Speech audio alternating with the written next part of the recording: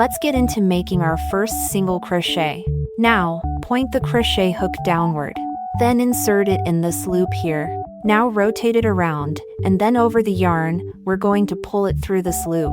Now, rotate your hook back to its original position. Okay, we've got 2 loops on the crochet hook. We're going to yarn over one more time, then pulling the yarn through these 2 loops. Alright, point the crochet hook downward, rotate it around and over the yarn.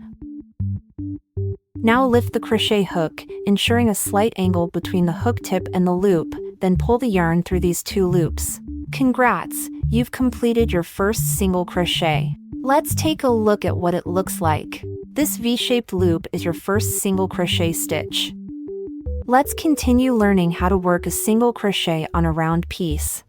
Pinch the bottom of the stitch you're going to work, insert the hook, so you have a total of 3 loops on your hook. Then, yarn over, pull it through that stitch. Yarn over again and pull it through the last 2 loops on the hook. This completes the single crochet.